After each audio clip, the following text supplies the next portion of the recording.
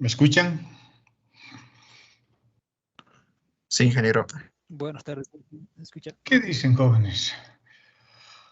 Bueno, antes de empezar la clase, les debo una disculpa. El anterior viernes no hemos pasado clases porque mi acceso a internet se cayó en mi casa. Yo soy cliente de Tigo y Tigo parece que tuvo problemas. Así que no hubo manera de comunicarme tampoco con ustedes porque no tenemos una cuenta de WhatsApp, ¿no? Así que mil disculpas por esa ausencia mía, involuntaria, diría yo. Pero no me preocupa mucho porque estamos bastante bien adelantados, así que no vamos a perder mucho, digamos, en la clase. Y el martes también ha sido feriado, así que no nos hemos podido ver, así que nos estamos viendo prácticamente de una semana. Bueno, continuamos con nuestro avance de clases. Hemos terminado todo lo que es el primer capítulo, todo lo que tiene que ver con las curvas, con la geometría diferencial, donde hemos estudiado curvas, hemos estudiado las superficies, hemos visto los invariantes vectoriales y les hemos mostrado algunos ejercicios que se pueden hacer con eso, ¿no? Si ustedes revisan la bibliografía que les he dado, creo que les he compartido el Shaun. Y no sé si les he compartido el Luis Santaló. Creo que tenía eso, pero creo que no me acuerdo si les he compartido. Pero en el Shaun tiene una buena gama de ejercicios para empezar a resolver, ¿no? Todo esto se hace resolviendo ejercicios. De otra forma no se puede, ¿no? La teoría es fundamental, pero es importante que ustedes apoyen con la parte de ejercicios. Creo que no tenemos todavía ayudante, así que las responsabilidades es de todos ahora, ¿no? Vamos a ver de planificar una clase antes del examen, una o dos clases antes del examen de ejercicios, para que podamos asentar, digamos, todos los conocimientos que estamos desarrollando. Bueno, con eso en mente, vamos a empezar este segundo capítulo. Tenemos 4 clases antes del primer parcial y en esas 4 clases vamos a terminar 4 o 5 clases antes del primer parcial. 4 creo. A ver, vamos a ver. ¿Cuántas clases tenemos? Hoy 10. 4. El examen es a partir del 19. Tenemos 4 clases aparte de esta, así que nos va a quedar suficiente tiempo, digamos, para hacer alguna clase.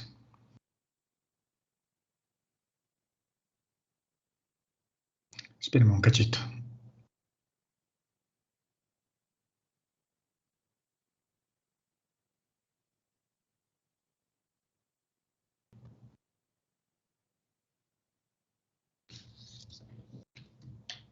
Sigamos.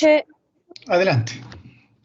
Tenía una consulta acerca de la práctica. ¿Me podrías repetir acerca de la forma de presentación, por favor? Eso nos vamos a poner de acuerdo. Solo resuélvanlo por ahora.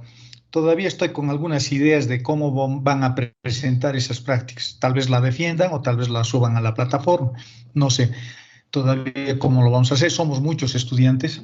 Antes, como les había explicado el primer día de clase, en nuestra clase inaugural, a mí me gusta que defiendan sus prácticas. Así ustedes se involucran un poco más y se preocupan, digamos, de que ustedes ahora me expliquen a mí cómo han hecho esa práctica.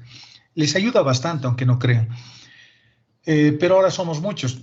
Son como, no solo en esta materia, tengo otras materias más y son alrededor de unos 500 alumnos. Entonces no me va a dar tiempo para atenderlos uno por uno. Voy a pensar cómo lo vamos a hacer, pero les he puesto una fecha. Antes de la fecha les voy a decir cómo me lo van a presentar. ¿De acuerdo? Así que, muchas gracias.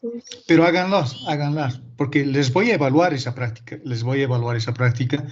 Y para eso necesitan hacerlo. Y no necesitan, bueno, no es lo pueden hacer en grupos, lo pueden hacer entre amigos, en afinidad, como ustedes quieran. No sé si serán amigos entre ustedes, ¿no? Porque ahora esto de la pandemia nos ha separado a todos.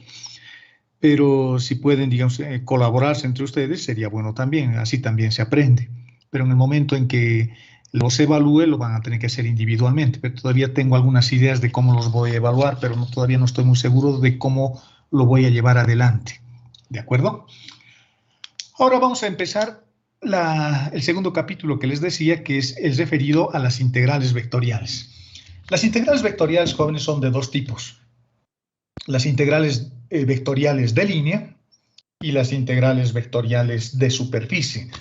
Por eso es que en el primer capítulo nos hemos dedicado a estudiar las curvas, porque ahora vamos a usar esas curvas, y a las superficies, porque también las vamos a usar en este segundo periodo de evaluación, o en este segundo capítulo. Esperen un cachito, siguen escribiéndome. Siguen escribiéndome.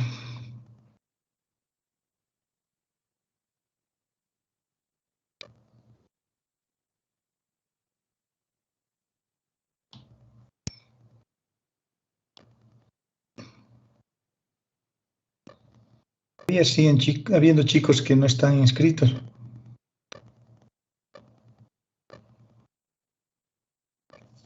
Bueno. Les decía que las integrales vectoriales son de dos tipos y cada una de ellas a su vez se subdivide en otros dos tipos. En realidad lo que vamos a hacer es estudiar 4 tipos de integrales de línea. Las integrales de línea que se evalúan, o de superficie y de línea, ¿no? Las integrales de línea que se evalúan sobre campos escalares, que es lo que vamos a ver ahora. Las integrales de línea que se evalúan sobre campos vectoriales, que vamos a ver después. Luego veremos las integrales de línea que se evalúan de superficie, que se evalúan sobre campos escalares, y las integrales de superficie que se evalúan sobre campos vectoriales. Cada uno tiene su significado, su aplicación y su forma de resolver. Así que eso es lo que vamos a estudiar.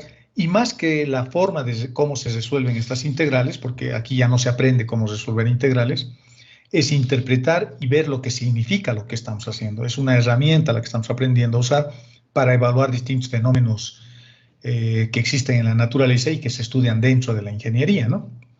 Las integrales de línea, que es lo que estamos empezando a ver, en general han sido desarrolladas en el siglo XIX para abordar principalmente problemas de fluidos, pues, electricidad, magnetismo. Fíjense lo importante de esta disciplina, ¿no? Porque esta herramienta se la ha utilizado para estudiar ese tipo de fenómenos físicos como la electricidad y el magnetismo que se estaban empezando a descubrir en esas épocas. La definición matemática no es muy complicada de hacerla. Fíjense, para evaluar una integral de línea de campos escalares, para empezar necesito una curva. Y fíjense dónde he dibujado la curva en este dibujo. Vean el dibujo, luego el párrafo les voy a explicar. Ustedes lo pueden leer, pero nos concentraremos en el dibujo. En el dibujo hay una curva en principio dibujada en el plano XY, por lo tanto empezaremos con curvas que están en el plano XY. Luego generalizaremos a curvas que están en el espacio.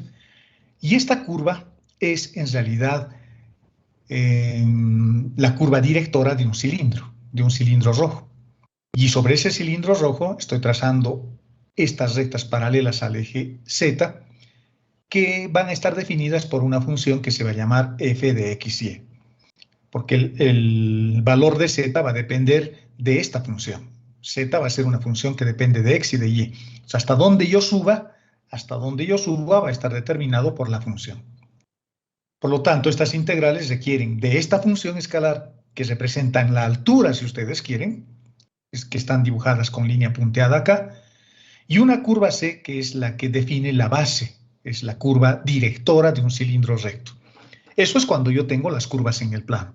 En el espacio es un poco más complicado de ver eso, pero la idea sigue siendo la misma. Pero es más complicado de ver porque tendría que imaginarme espacios vectoriales de mayor dimensión. Y la teoría de la relatividad está escrita en una dimensión 4, y acá yo estoy viendo un dibujo de dimensión 3 acá. Entonces, aumentar una dimensión más complica el problema, ¿no? Pero el ejercicio se resuelve matemáticamente de la misma manera, o por lo menos usando los mismos conceptos. Por lo tanto, quiero que mantengan en mente eso. Hay una curva que está en el plano XY, y hay una superficie, un cilindro, una cara lateral que está definido. La altura de esa cara lateral en cada punto va a estar definido por una función. Entonces, cada uno de estos puntos lo voy a encontrar a partir de esta función. Son alturas diferentes. Si esto fuese constante, si la función fuese constante, sería un cilindro que llegaría siempre al mismo lugar, ¿no? Y con eso lo que voy a hacer es multiplicar la altura en cada punto, vamos a ver si les puedo mostrar. Por ejemplo, en este punto, esta altura, lo voy a multiplicar por un pequeño arco acá. Un pequeño arco. Por eso hay estas regiones rectangulares divididas entre líneas punteadas. Esa, por ejemplo, que estoy marcándoles, lo que estoy haciendo es multiplicar la altura en ese punto, por una pequeña longitud de arco en la base. Y eso estoy haciendo para cada uno de estos elementos diferenciales de arco. Cada elemento diferencial de arco va a estar asociado a una determinada altura dada por la función. Y por lo tanto, cuando yo sume toda la contribución de todas esas áreas que estoy calculando, esas áreas laterales, voy a definir en ese momento una integral de línea de un campo escalar. Entonces, la primera interpretación geométrica que le puedo dar a estas integrales es el de tener una herramienta que me permita calcular áreas laterales, áreas de cilindro, la cara lateral de un cilindro. Estas integrales las puedo usar para eso, porque estoy multiplicando una altura, que es esta función pintada con rojo, por un elemento diferencial de arco. Ese es el arco. El arco.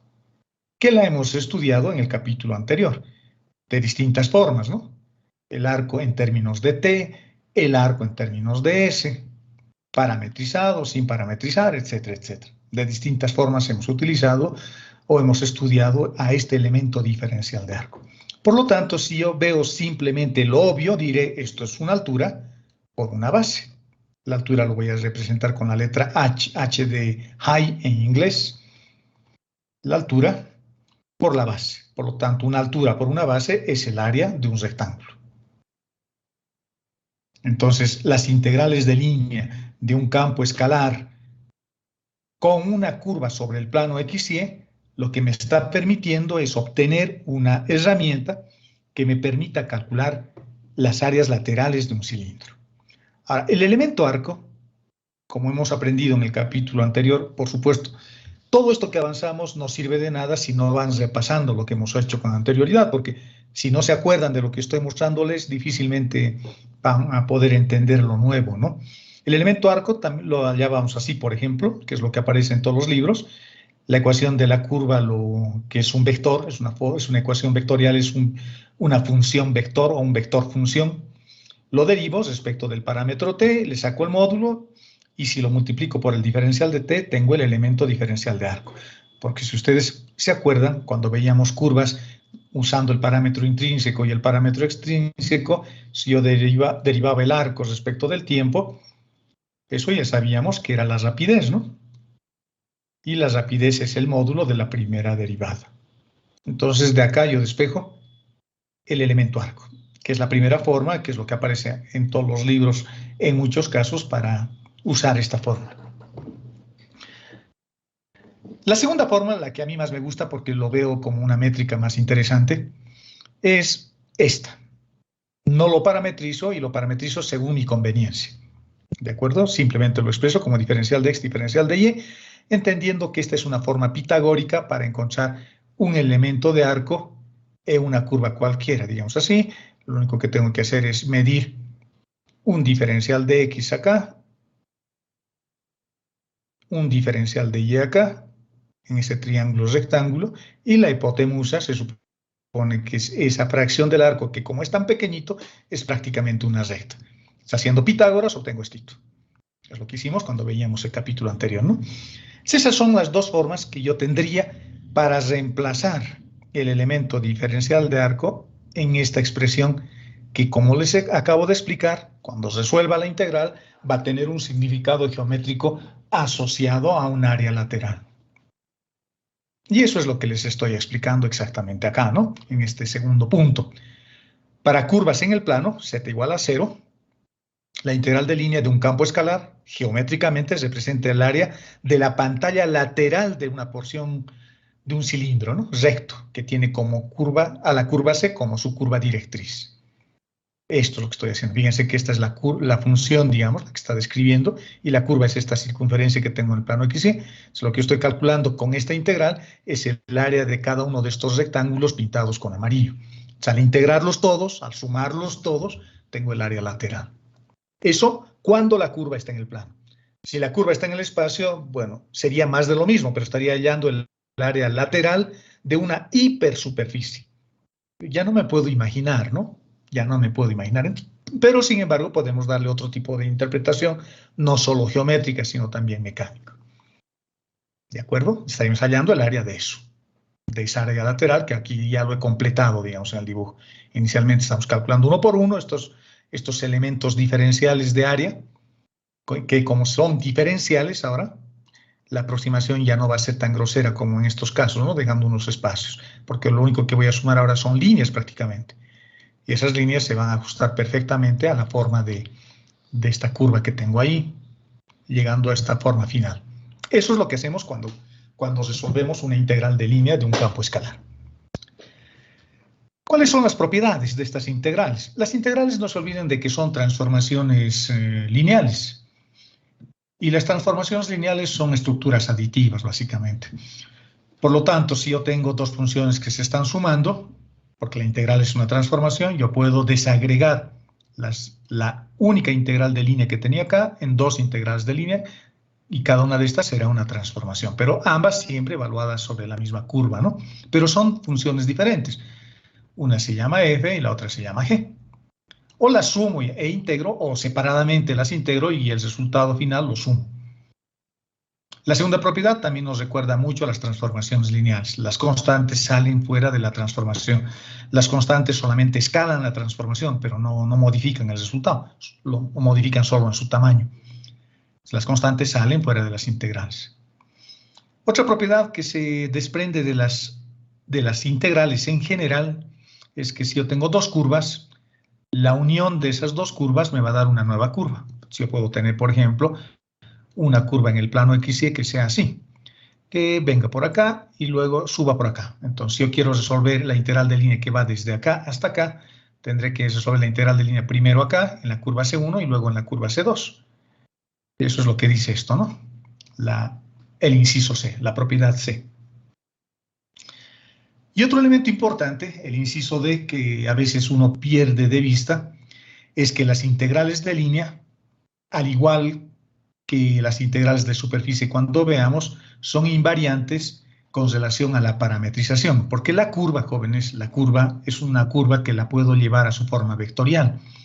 Y cuando la llevo a su forma vectorial, no existe una sola forma de parametrizar la curva. Puedo usar varias formas. Puedo utilizar parametrización de Monge, puedo hacer una parametrización trigonométrica, etcétera, etcétera. Si la parametrización está bien hecha, el resultado no tiene que modificarse en función de la parametrización que yo he hecho. Si alguien quiere hacer parametrización de Monge y otro quiere hacer parametrización trigonométrica, por ejemplo, para representar una curva vectorialmente en el plano o en el espacio, el resultado debería ser el mismo si hemos hecho bien nuestra parametrización y si además hemos resuelto bien nuestra integral. Eso es lo que establece el inciso D. Eso nos da libertad a nosotros, como estudiantes o como futuros ingenieros, a que yo pueda escoger la parametrización que mejor se adapte al ejercicio. ¿De acuerdo? O la que más me gusta, o la que finalmente yo sepa. Estas integrales de línea, les decía que si bien lo estamos viendo en principio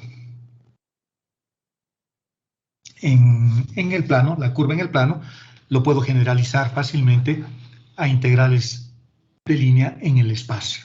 Ahora la curva, fíjense, la curva ya va a estar definida en términos de x, de y y de z. Estoy usando base canónica. La base canónica, no se olviden que está asociada a las variables x, y y z. La base polar estará asociada a las variables radio y ángulo, la base cilíndrica a la variable radio, ángulo y z, la base esférica estará asociada al radio de la esfera, al ángulo de elevación, al ángulo de azimut. Eso es recordando un poco lo que hemos aprendido en cálculo 2, ¿no? Cuando veíamos coordenadas curvilíneas y hemos aprendido a a resolver este. A ver. Y hemos aprendido a resolver, ¿cómo se llama esto? Integrales en distintos esquemas geométricos, ¿no? Veamos qué aplicaciones, aparte de la que acabamos de ver, aplicaciones tal vez un poco más generales, porque las aplicaciones geométricas son más útiles cuando la curva está en el plano, pero cuando la curva está en el espacio, como en este caso, la aplicación geométrica ya resulta poco obvia, ¿no? No estoy interesado en calcular el área de una hipersuperficie que además ni siquiera me imagino cómo es, que tal vez ni me puedo imaginar en los carnavales ni en la semana de ingeniería. Entonces no tiene sentido, digamos, no es tan útil cuando la curva está en el espacio. Cuando la curva está en el plano, sí. Pero eso no quiere decir que pueda darle otro tipo de aplicaciones que están más orientados a la física, a la mecánica en realidad. Y una de las primeras aplicaciones que puedo ver es el cálculo de una masa. Y esa es la misma integral que hemos definido hace rato, la misma. Esta. Solo que ahora estoy aumentando una variable más. Pero si quieres retirar una variable es lo mismo, estoy haciendo para un caso más general, porque estas aplicaciones son útiles para curvas en el plano y para curvas en el espacio.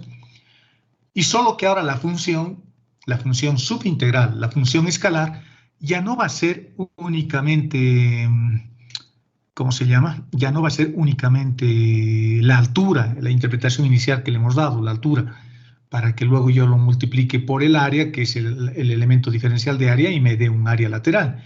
Ahora para mí puede ser una masa, perdón, una densidad lineal. Y digo lineal porque estamos evaluando sobre curvas. La densidad es lineal ahora. Por lo tanto, si esto es densidad lineal y esto es la forma de la curva, medida en centímetros, lo que sea, el resultado me va a permitir encontrar, después de calcular la integral, la masa, ¿no? La masa de la línea, la masa de esa curva que estoy analizando.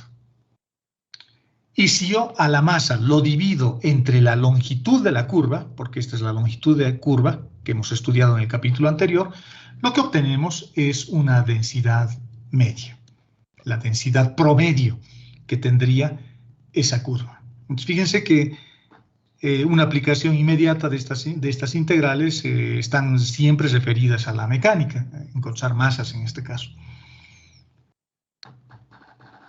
También puedo calcular las coordenadas del centro de masa de la curva.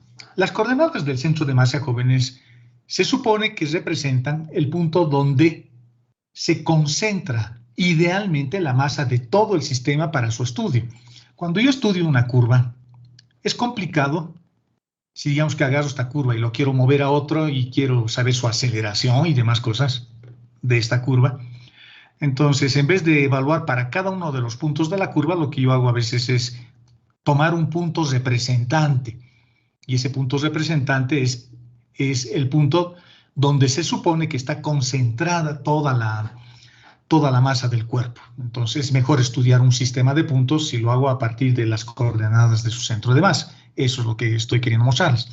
El centro de masas, dice, representa el punto en el que suponemos que se concentra toda la masa del sistema para su estudio. Desde el punto de vista geométrico, es el punto de simetría de distribución de un sistema de partículas. En este caso, constreñidos a una curva, ¿no?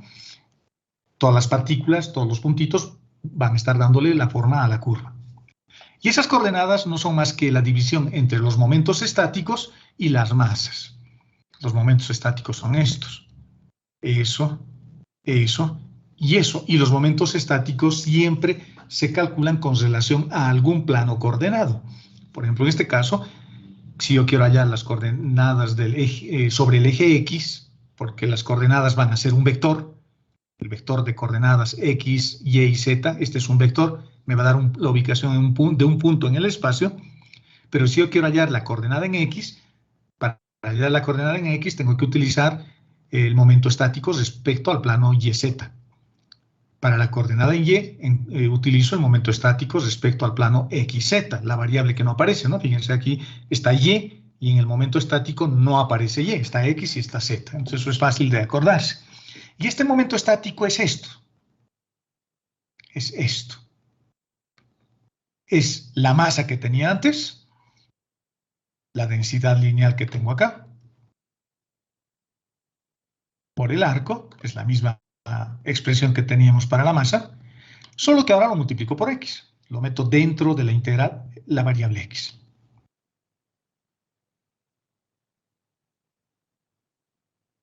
La variable x. Esto es interesante, ¿no? Porque si queremos tener una regla memotécnica para acordarnos estas formulitas y no estar buscando nuestro solucionario el día del examen, es como si esto lo cancelara con todo esto. Y me queda simplemente x, que es este x. Una regla memotécnica simplemente. Entonces, cuando a la masa lo multiplico por x, obtengo el momento estático respecto al plano YZ. Cuando lo multiplico por y, el momento estático respecto al plano XZ. Y cuando lo multiplico por z, el momento estático respecto al plano XY. Y así encuentro esas coordenadas, ese punto, reitero, ideal, donde se supone que está concentrada toda la masa de ese sistema de partículas. ¿De acuerdo? Entonces, a eso se le llama centro de masa. Fíjense que acá yo estoy haciendo énfasis en el significado de estas fórmulas, ¿no? No tanto en cómo se calcula, porque eso es fácil.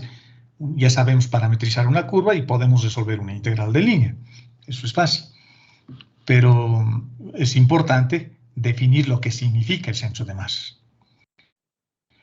También puedo calcular la temperatura media de un alambre, utilizando la misma expresión. Fíjense que le puedo dar distintos significados a lo mismo.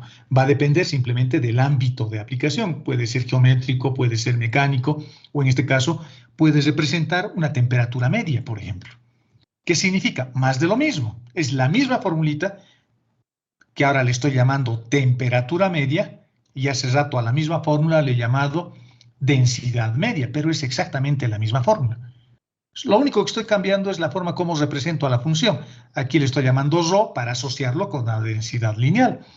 Y en este otro caso lo estoy manteniendo como f porque se supone que ahora esta función representa la temperatura, el valor de la temperatura en cada punto de C. Lo he modelado a través de una función y calculo la temperatura y cuando lo divido entre la longitud del arco, yo tengo una temperatura media. ¿De acuerdo? Estas aplicaciones que las estoy mostrando para curvas en el espacio son exactamente las mismas que para curvas que están en el plano, ¿no? Puedo hacer lo mismo, simplemente habrá una variable menos, no habrá z, por ejemplo. Y por lo tanto, la forma paramétrica de la curva tendrá solo dos componentes y ya no tres. En el caso del centro de masas, o cuando coordinamos la masa, por ejemplo, o cuando calculamos la masa, puede ocurrir de que la densidad lineal sea una constante, o sea, siempre valga lo mismo. 5 gramos por metro, o por centímetro, por milímetro. Una densidad lineal constante. Cuando eso sucede, cuando la densidad es constante, el centro de masas, o centro de gravedad, como también se le llama, se le da más un nombre geométrico y se le llama el centroide. ¿De acuerdo? Pero se llama centroide únicamente cuando la densidad es constante. Otra aplicación interesante de esto son los momentos de inercia. Los momentos de inercia yo creo que son los menos valorados, digamos, porque los momentos de inercia son bien interesantes para estudiar. El momento de inercia estudia una cosa como esta, ¿no? Se deben acordar de física. Tienen un punto de apoyo, tienen una barra y la barra se mueve, una barra de longitud D, por ejemplo, de tamaño, de longitud D, y donde ustedes le aplican una fuerza por acá. Y normalmente tiene que ver con el giro que se produce en el momento de inercia. O a eso también se le llama la inercia rotacional, porque esto va a girar. El momento de inercia es bien interesante, y si bien tiene sus formulitas también, pero veamos qué nos dicen estos párrafos, que lo único que tratan de hacer es matizar lo que significa el momento de inercia, ¿no? El momento de inercia dice que se llama también inercia rotacional, y lo que estudia es en realidad la resistencia que va a poner algo a que tenga aceleración angular. ¿Cuánta resistencia va a poner algo a que tenga resistencia angular? Si un sistema tiene un gran momento de inercia, es decir, que ofrezca mucha resistencia, va a ser muy difícil que comience a rotar. Eso es lo que estoy estudiando con los momentos de inercia, con momentos rotacionales. Imagínense que tengo un palo acá y lo entornillo bien fuerte acá. Entonces va a ofrecer, cuando yo le aplico una fuerza acá, esto va va a ofrecer mucha resistencia a que yo lo pueda mover. Entonces va a tener un alto valor de momento de inercia. Pero si en vez de poner un tornillo le pongo, no sé, un alfiler o un clavito más delgado, esto se va a mover más fácilmente, por lo tanto su momento de inercia va a ser menor. ¿De acuerdo?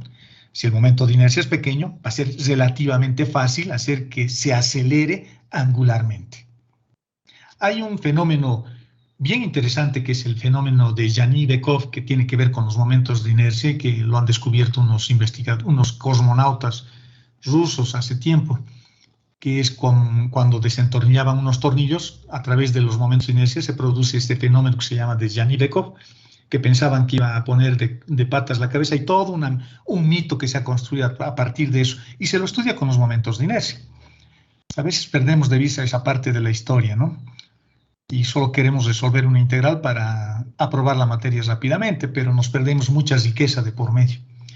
Los momentos de inercia ya sabemos lo que significa. No sé si esto les han explicado en física. A veces cuando yo estudiaba física en mis épocas, me daban la fórmula y querían que calcule, pero nunca me han dicho exactamente qué representa.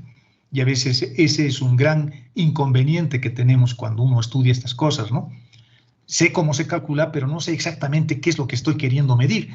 Ahora estoy tratando de explicarles de que eso tiene que ver con la aceleración angular. ¿De acuerdo?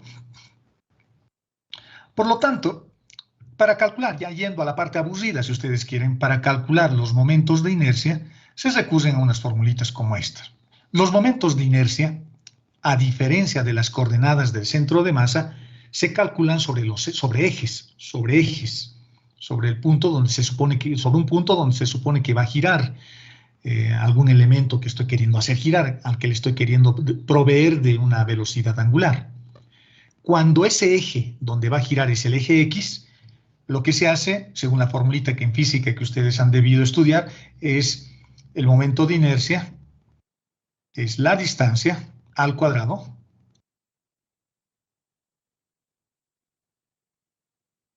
por la masa. Eso es, ¿no? El momento de inercia.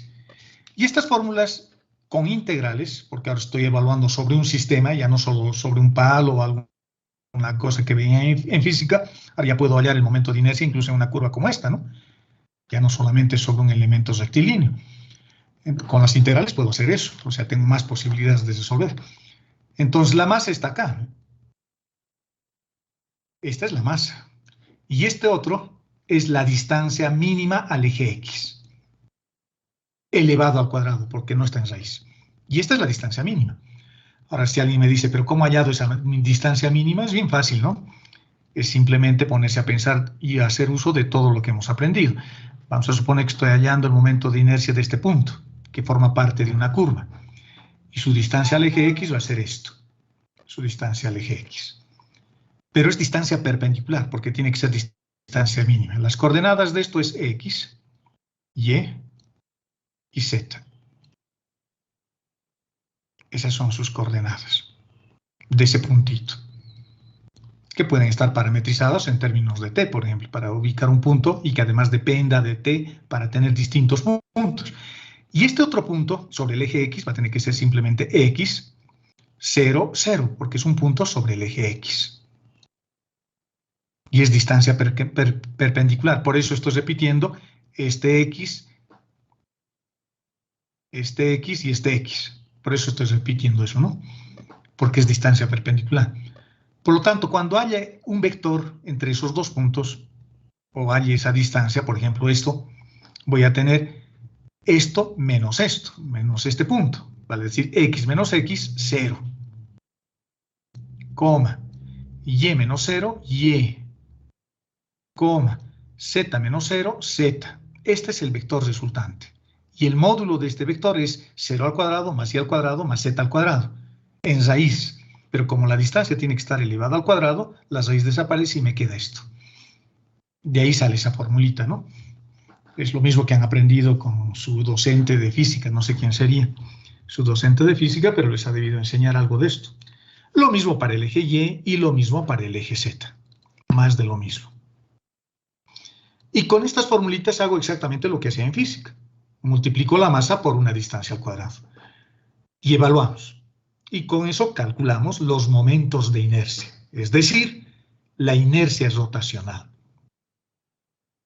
Es decir, cuánto de fuerza o cuánta oposición se tiene o cuánta resistencia se tiene para poner algo en movimiento, en aceleración angular. Eso es lo que estoy midiendo con los momentos de inercia. Y para el eje Z, lo mismo. Ahora, una cosa interesante que se puede calcular, fíjense, este punto, por ejemplo, que tengo ahí y está empezando, vamos a suponer, a girar así, con un determinado, estoy calculando su momento de inercia, va a tener un determinado radio, ¿no?, de rotación. Y ese radio de rotación lo puedo calcular fácilmente así. Ese radio de rotación va a ser el momento de inercia, y ese radio de rotación lo puedo calcular para cada uno de los ejes. Va a ser el momento de inercia dividido entre la masa, elevado al cuadrado. Bueno, es raíz en realidad, ¿no? Y este elevado al cuadrado desaparece. Así calculo esos radios de giro. ¿De acuerdo?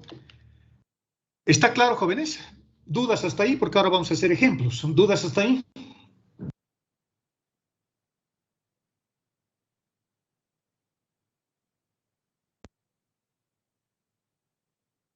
¿Me están escuchando? A ver, una pregunta más fácil para hacerles entonces. ¿Me están escuchando? Sí, se está escuchando. Perfecto. Bueno, espero que esté claro lo que estoy tratando de explicar. Es más de lo mismo de lo que hacíamos. Ahora veamos algunos ejemplitos. Esperen un cachito. Estoy tomando nota de la asistencia, cuántos están, porque me piden para el informe que hay que hacer. Ya. Empezaremos con algunos ejemplos de aplicación, ¿no?, de esto. El primer ejemplo que les estoy proponiendo es un ejemplo que en cálculo 2 no lo han visto y que lo vamos a hacer conmigo ahora. Estoy queriendo hallar el área, fíjense, el área de una porción de un cilindro que tiene esta ecuación. Esta es la ecuación del cilindro. Fíjense que en esta materia tengo que saber qué son los cilindros, cómo se calcula, si este es un cilindro recto, si no es un cilindro recto, cómo lo dibujo en el espacio, si está trasladado respecto al eje X o al eje Y. Estas cosas ya no se explican acá, ¿no? Se supone que ya sabemos. Este es un cilindro recto, cuya recta generadora es el eje Z. Y me están pidiendo que halle el área de este cilindro que se encuentra por encima del plano Z igual a 0. Pero por debajo de esta curva. Perdón, no es curva, superficie, es un cono. Z igual a x al cuadrado más y al cuadrado, es un cono. Entonces más o menos sería así. Voy a hacer un dibujo a mano alzada y luego les voy a mostrar el dibujo mejor hecho. El cilindro está trasladado respecto al eje X. Eso va a ser así. Y es un cilindro. Va a subir hacia arriba. Y luego hay un cono. El cono es así. El cono es así.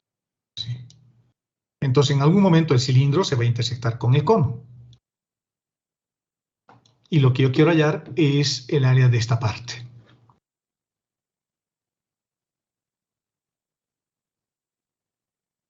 De esa parte. Que es lo que he tratado de dibujar acá, más bonito. ¿De acuerdo? Ya está. Ahora, ¿cómo lo voy a resolver? Para eso, por supuesto, tengo que saber teoría. No se puede estudiar ejercicios, no se pueden hacer ejercicios, jóvenes, si no saben teoría. A mí me gusta hacer harta teoría porque luego es más fácil hacer ejercicios. Las integrales de línea que me permiten calcular áreas de superficie son integrales de línea cuya curva está en el plano x y, es lo que dijimos. Este es un campo escalar y este que representa la altura, este, F, y esta es la curva que está en el plano XY. C. Si me fijo, ¿quién está en el plano XY acá? En el plano XY está la traza del cilindro, la curva directriz del cilindro, esta curva. Por lo tanto, esta es la curva que tengo que parametrizar. Y la altura, esta altura, porque fíjense, yo voy a tener que a partir de la curva, yo voy a ir trazando alturas hasta llegar a algún lado. ¿Hasta dónde voy a llegar? Voy a llegar hasta el cono. Hasta el cono voy a llegar. Por lo tanto, la altura va a estar definida por la intersección del cilindro con el cono. ¿De acuerdo? Entonces tengo que tomar puntitos de esta curva, estas coordenadas, por ejemplo, y reemplazarlo en la ecuación del cono. Si tengo X y si tengo Y, ya tengo la altura. Y voy a hacer eso para cada uno de los puntos que están acá, acá, acá, acá. Fíjense, son puntos en el plano XY. Y eso me lo va a dar el cilindro. La curva directora del cilindro, en realidad, esa circunferencia trasladada respecto al eje X, y en el espacio se dibuja como cilindro. Entonces, teniendo estos puntitos, reemplazando acá, voy a tener Z, la altura, hasta donde estoy llegando. Perfecto, entonces, para usar esta fórmula ya tengo identificado. Esto va a tener que ser Z, el cono, y esto va a tener que ser la circunferencia en el plano XY. Y ya está. Una vez que he identificado eso, ya tengo que empezar a trabajar. La curva la tengo que parametrizar. Puedo usar parametrización de Monge, puedo usar la parametrización que a mí más me gusta, pero como tengo una circunferencia de por medio, es probable que sea mejor si lo parametrizo en términos de variables trigonométricas, ¿no? O sea, agarro mi curva, la que está en el plano XY, le completo cuadrados. Aquí les estoy mostrando solo una posibilidad, no quiere decir que lo tenga que hacer siempre. Lo completo cuadrados para centrarlo, para encontrar su centro. Su centro va a estar por acá más o menos, en mi dibujo. Este es el eje X, este es X, no se olviden. Esto es Y y esto es Z. Y tengo esa circunferencia en el plano XY. Esto lo voy a parametrizar. Fíjense que está igualado a 1. Por lo tanto, a mí me gustaría que todo esto sea coseno de t y esto sea seno de t. De tal forma que coseno al cuadrado más seno al cuadrado de t me va a dar 1. Por eso estoy colocando a x menos 1, que se llame coseno de t, y a y le estoy llamando seno de t. Porque al elevarlos al cuadrado, y esto al elevarlo al cuadrado, y a y también al elevarlo al cuadrado, y a la función senoidal también elevado al cuadrado, y al sumarlos miembro a miembro, repito esta ecuación, esta. Entonces está bien, esa va a ser mi parametrización. Y de estas ecuaciones que acabo de escribir, de estas despejo X y despejo Y. Fíjense, estoy despejando de la primera ecuación, de esta, estoy despejando X. Y ya tengo X. Y de la segunda ya tengo despejado Y. Y estas dos ecuaciones que están resaltadas con rosado son las ecuaciones paramétricas, la forma vectorial de esa curva.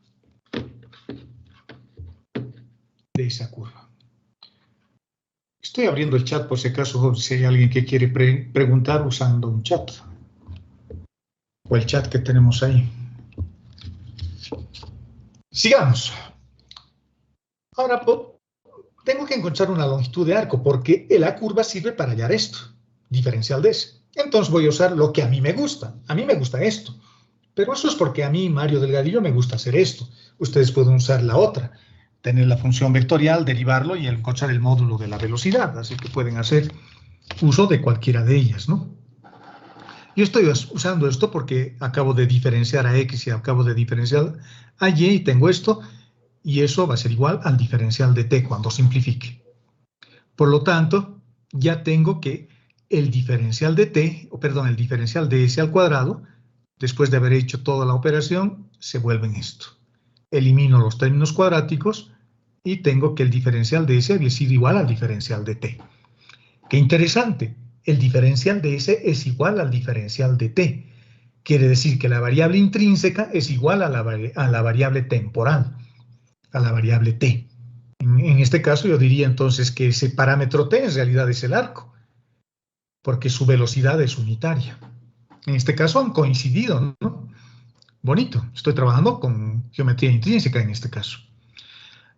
Luego empiezo a resolver ya la integral. Ya tengo esto, ya tengo las ecuaciones de transformación. Entonces, lo que voy a hacer es ahora construir esto, ¿no? Voy a decir mi integral va a ser la altura que está dado por esto, x al cuadrado, más y al cuadrado, porque ese es el cono, por lo que acabamos de explicar.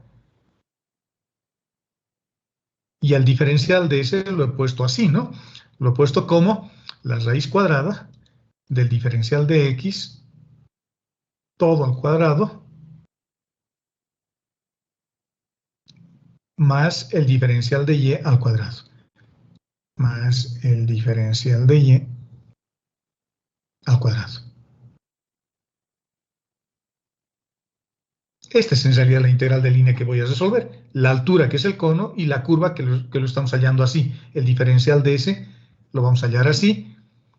Y ese diferencial de ese lo estoy construyendo a partir de la circunferencia. Perfecto, tengo mi diferencia. Ahora, tengo acá variables x y y, tengo dos variables, ¿no? Como tengo que integrar esto, hay que colocar todo en términos del parámetro t. Para eso hemos hecho este cálculo, ¿no? Para colocar todo en términos de t, y estamos utilizando la ecuación de esa circunferencia en el plano x, y. Por lo tanto, en lugar de x, en la ecuación del cono, voy a colocar 1 más coseno de t, y en lugar de y, colocaré seno de t. Simplificamos y obtenemos esta expresión. Esta es mi cantidad subintegral. Por lo tanto, el área lateral, que sabíamos que está dada por esta expresión, que lo hemos anotado hace rato, arriba, voy a reemplazar ya por mis resultados. La función vale todo esto, hay un raíz de 2 que tengo que sacar por la raíz de 1 más coseno de t. Y el diferencial de s se ha vuelto diferencial de t. Esta es la integral que tengo que resolver. Lo puedo hacer con alguna aplicación del internet, lo puedo hacer con mi máquina, lo puedo hacer a pulso. En este caso tal vez sea fácil hacerlo a pulso, multiplicándolo y dividiéndolo por el conjugado de esta función, ¿no? Y el resultado de eso sale 8. Fíjense que no les estoy mostrando cómo resolver esa integral. No estamos resolviendo la integral, estoy poniendo directamente el resultado, pero sería un buen ejercicio resolver esa integral. ¿Cómo lo podríamos resolver? Haciendo esto, por ejemplo, si lo quieren hacer a pulso. 1 más coseno de t. Ustedes mejor que yo deben saber, ¿no? Yo ya no me acuerdo integrales, hace años que no doy esta materia, pero sé algunas básicas, digamos. Por lo menos me acuerdo. Menos coseno de t, puedo hacer eso, y lo divido entre lo mismo. Entre 1 menos coseno de t. ¿Para qué hice eso? Eso hice para meter esto acá adentro y voy a tener un 1 menos coseno al cuadrado en el numerador. Diferencia de cuadrados. Y esto para mí es seno al cuadrado. Como está dentro de la raíz, desaparece el término cuadrático y ahora ya puedo hacer un cambio de variable. A 1 menos coseno de t le llamo u, por ejemplo, va a aparecer un seno que se va a cancelar con el seno de abajo y ya está integrado. Y los límites, bueno, con los límites hay que tener cuidado, porque no es cuestión de decir, coloco mis límites de 0 a 2pi y ya está. No, hay que tener mucho cuidado con los límites cuando uno trabaja funciones. Con los límites yo tengo que ser capaz de reproducir los vectores que se van formando acá. Fíjense, con los límites tengo que empezar, t está asociado al parámetro t, ¿no? Bueno, el parámetro que estoy usando es t. Este va a ser t, por ejemplo, el ángulo que tengo acá. Ese es t. Cuando t vale 0, fíjense, voy a reemplazar acá. Cuando el ángulo vale 0, coseno de 0 es 1, más 1, 2. Por lo tanto, x vale 2. Y y, seno de 0 es 0, por lo tanto y vale 0. Fíjense, este es el vector que estoy formando. No se olviden que es una función vectorial. El vector que estoy formando es el vector que tiene estas coordenadas. Cuando t vale 0, este vector que ven ahí está acá. Esto vale 2 en x y 0 en y. Y tengo que ir recorriendo este vector, o el ángulo t tengo que hacer aumentar hasta que se termine, hasta que se vuelva 0 en este punto. Entonces tengo que buscar un valor de ángulo que me haga 0 a x y a y. Y ese valor parece que es pi, porque coseno de pi vale menos 1, más 1 es 0. Seno de pi es 0. Entonces estaría integrando solo esta parte, la mitad. Y la otra mitad, como hay simetría, lo obtendría simplemente multiplicando por 2 a mis resultados. Es muy probable, verifiquen este resultado, cuál es el que estaría hallando yo. Este 8 que he hallado es solo de esta mitad, que ven acá, o de la otra más. O será de las 4. porque va a haber 4 de estas, fíjense. El cono es así. El cono es así, y el cilindro, lo voy a dibujar, vamos a suponer que este es el eje X, y el lado positivo del eje X, estoy viendo desde atrás, el cilindro está acá. Pero ese cilindro va arriba y abajo. Lo que he calculado es el área de estito. Y hay 2 de estos, la parte de acá, que está pintado con rojo acá, y la parte que está acá atrás. O sea, hay 2 de esos. Y hay 2 de abajo también. Tal vez el resultado habría que multiplicar por 4 para tener el área de todo. Pero si me fijo en el problema, si leo bien el problema, dice ubicada por encima del plano z igual a 0. Entonces, seguramente el resultado que yo he calculado acá es multiplicado por 2. Tal vez acá haga falta un 2, o solo habré hecho de la mitad y habrá que multiplicar por 2.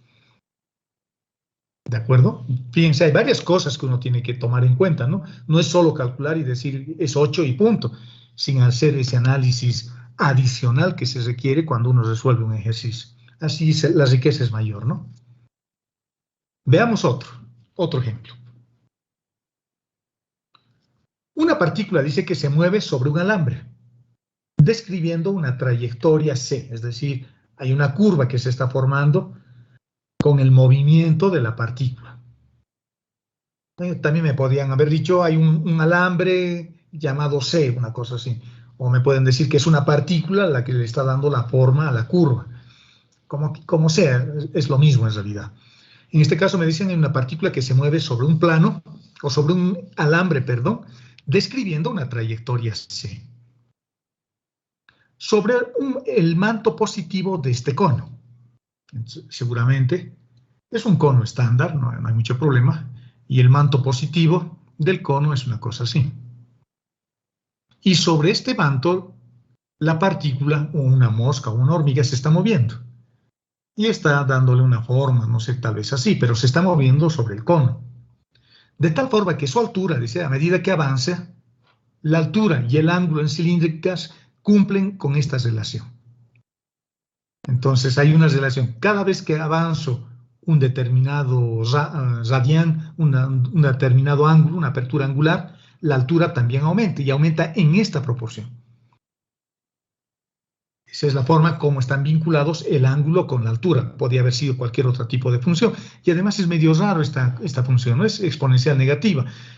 Es decir, que va a ir decreciendo en realidad.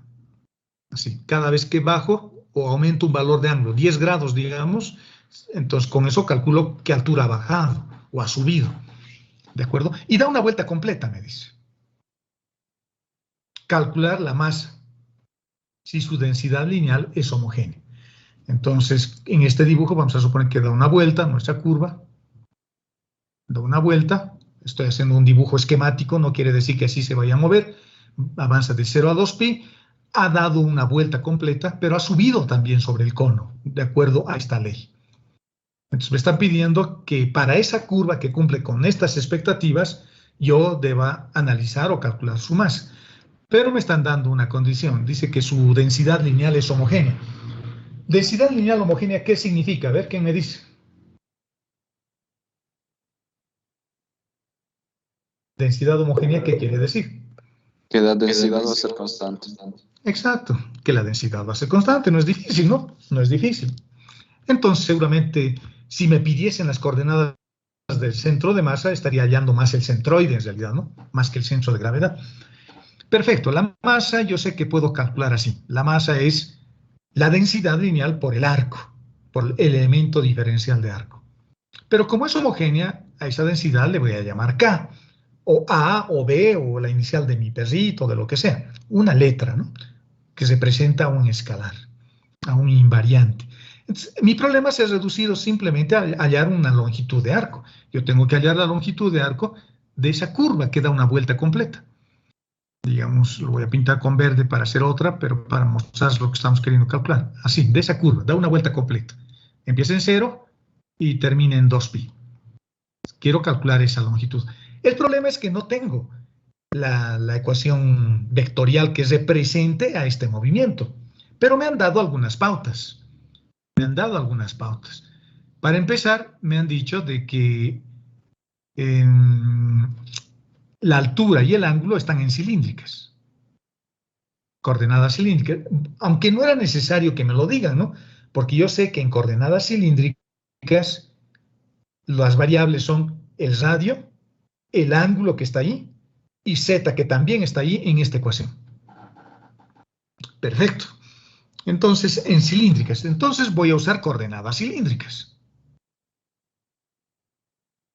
Pero en coordenadas cilíndricas tengo tres variables. Tengo radio, tengo ángulo y tengo z. Eso para mí es un espacio vectorial de dimensión 3. Pero una curva es un espacio vectorial de dimensión 1. Porque solo tiene dimensión lineal, por más de que esté doblado, por más de que haga esta trayectoria circular sobre un cono. Sigue teniendo una dimensión lineal. Es bueno entender los espacios vectoriales, jóvenes, desde la perspectiva geométrica. Espacios vectoriales de dimensión 1 siempre son líneas curvas o líneas rectas. Espacios vectoriales de dimensión 2 son superficies, curvas o planas. Si son planas, serán planos. Cualquier plano cuya ecuación ya conocemos. O será la ecuación de una esfera, o de un cono, o de un paraboloide hiperbólico, o de una familia de hiperboloides. Superficies, es decir, solo la burbuja, la cáscara. En cambio, los espacios vectoriales de dimensión 3 ya son sólidos. Un espacio vectorial de dimensión 3, por ejemplo, esférico, ya va a ser una bola, totalmente sólida. En cambio, un espacio vectorial de dimensión 2, que tenga la forma de una esfera, será hueca, será solo la burbuja. La burbuja, es decir, la capa externa, nada más. En este caso, como yo quiero tener una curva que tiene dimensión lineal desde el punto de vista de los vectores, entonces tengo que eliminar alguna de las variables, tengo que quedarme solo con alguna. A ver, vamos a ver cómo podemos hacer eso. Voy a reemplazar en estas ecuaciones, o usando estas ecuaciones que son coordenadas cilíndricas, en la ecuación de mi cono, en esta ecuación. Entonces lo voy a llevar a coordenadas cilíndricas al cono. Y reemplazando, obtenemos esta ecuación, que z es igual al radio. O sea, cada vez que aumento un poquito, la misma distancia se aumenta en la altura. Y voy formando mi cono. Cada que avanzo una cosa así, la altura se va aumentando en la misma proporción. Una proporción 1 a 1. 1 metro de radio, 1 metro de altura. Eso me está diciendo. Perfecto. Con eso ya estoy eliminando una variable. Lo único que agarro estas ecuaciones y tengo, por ejemplo, puedo eliminar o R o Z, cualquiera de las dos. Digamos que elimino el radio. Entonces X va a quedar como Z coseno de tita.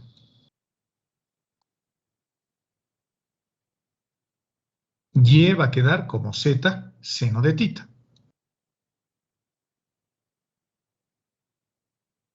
Y Z se mantiene como Z. Estoy reduciendo la dimensión. Si ustedes le dan una interpretación vectorial, estoy reduciendo la dimensión.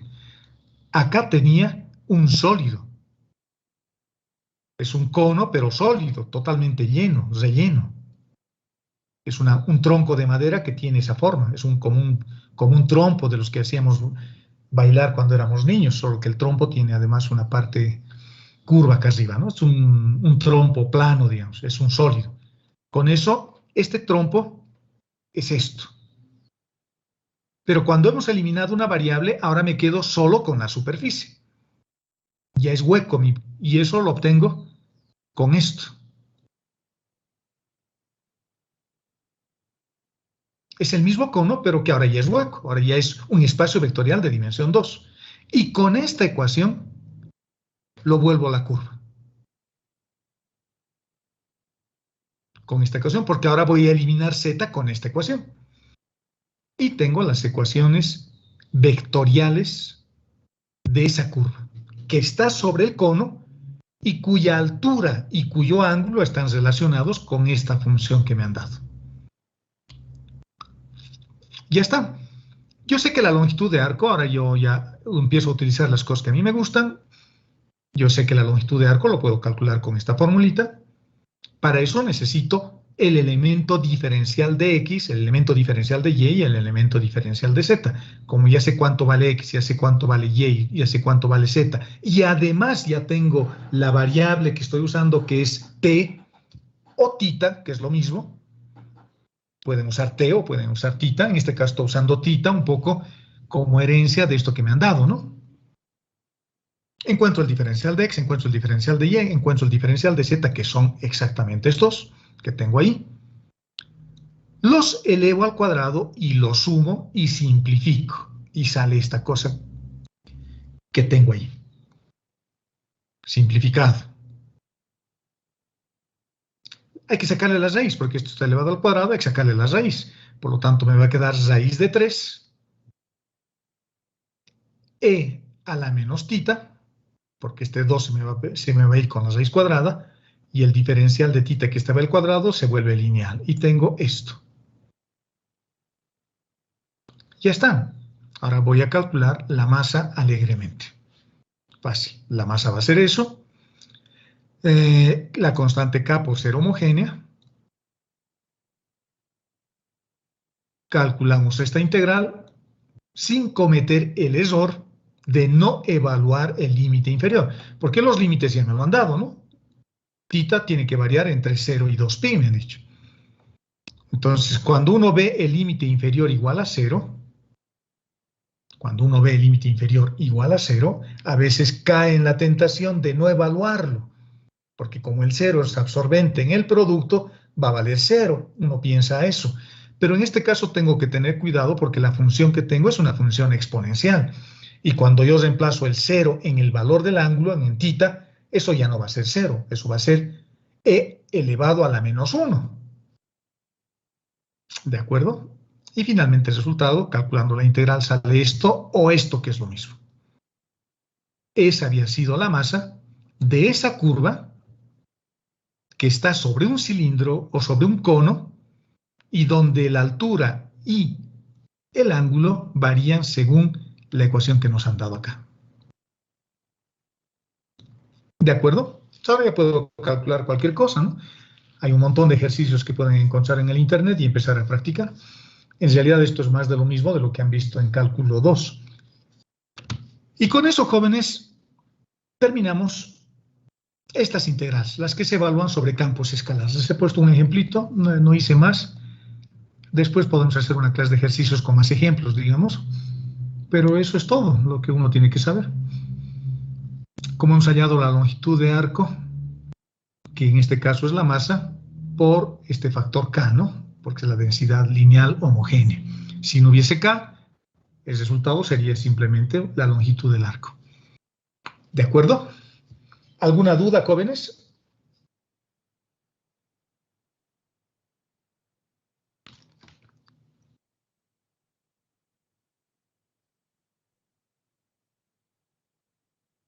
¿Alguna duda, jóvenes? Creo que no hay. Perfecto. Gracias. Bueno, ahí quedamos. No quiero avanzar más, no quiero empezar el siguiente, que son integrales de línea de campos vectoriales, que es un poquito más largo, ¿no? Esto es más sencillo, digamos. En campos vectoriales lo que vamos a hacer es lo mismo, solo que ahora este ya va a ser un vector. Y este otro va a ser un elemento vectorial. Ya no va a ser el arco, va a ser el elemento diferencial del vector de posición, pero como vector. En realidad es lo mismo, Nosotros en estas integrales usamos el diferencial de S, ¿no? Y ese diferencial de S es esto. Pero ahora como esto tiene que ser un vector, esto va a ser para mí un vector. Diferencial de X, coma, diferencial de Y, coma, diferencial de Z. Ya es un vector, ya no es el módulo del vector. Es lo mismo. Es más fácil incluso esto que este otro, porque acá hay que hallar un módulo, hay que sacarle una raíz, y las raíces siempre pueden molestarnos en el proceso de integración. En cambio, acá solo tengo que hacer un producto escalar. La diferencia es que ahora esto ya no es el módulo, reitero, y esto ya no es un escalar. Tiene que ser un vector, porque ahora lo estoy definiendo como un producto escalar. Es decir, que estoy haciendo proyecciones. Voy a hacer proyecciones. ¿De acuerdo? Bueno, con eso damos por concluida la clase del día de hoy. Estamos terminando temprano, así que vayamos a almorzar temprano hoy día. Y nos vemos el día martes con el siguiente tema, que son las integrales de línea de campos vectoriales. Estos dos temas, el de hoy y el del martes, son temas que ya han visto en cálculo 2, por eso que no estoy haciendo más ejercicios. Donde nos vamos a concentrar más y vamos a tomar más tiempo va a ser con las integrales de línea de campos, las integrales de superficie, porque eso es nuevo. Y eso hay que ver con hartos elementos adicionales hay que analizar. Hay que ver si la superficie es orientable, hay que ver qué pasa con el vector normal, cómo lo comparo con un campo vectorial que atraviesa una superficie, etcétera, etcétera. Entonces, eso es un tema nuevo donde vamos a seguramente dedicarle un poquito más de tiempo y un poquito más de ganas que a esto que ya lo conocíamos, ¿no? Esto es un pequeño repaso simplemente. Pero que vamos a seguir haciendo más adelante más ejercicios. Ok, eso es todo. Buen fin de semana, jóvenes, y nos vemos el martes próximo. Yo tengo que poner mi asistencia. O sea, nosotros llenamos un formulario que nos manda a la dirección de asistencia. Y en esa asistencia nos dicen cuántos estudiantes han asistido a clases. Al inicio de nuestra clase éramos 40 personas aproximadamente. Entonces voy a poner 40, pero no identifico a nadie, ¿no? Porque las clases son totalmente libres, el que quiere viene y el que no, digamos, no afecta en absoluto en su nota ni en nada de eso, así que no se preocupe, ¿de acuerdo? Está bien, Inge, gracias. Bueno, pero siempre es bueno venir a clases, digamos, porque siempre les comento cosas nuevas y no repito solamente lo que se ve en cálculo 2, ¿no? Siempre trato de poner algo más que enriquezca, digamos, lo que ustedes ya han aprendido y aprendan cosas nuevas. Bueno, con eso, buen fin de semana y nos vemos el martes, jóvenes. Hasta luego, Inge. Hasta el martes. Hasta luego, Inge. Luego,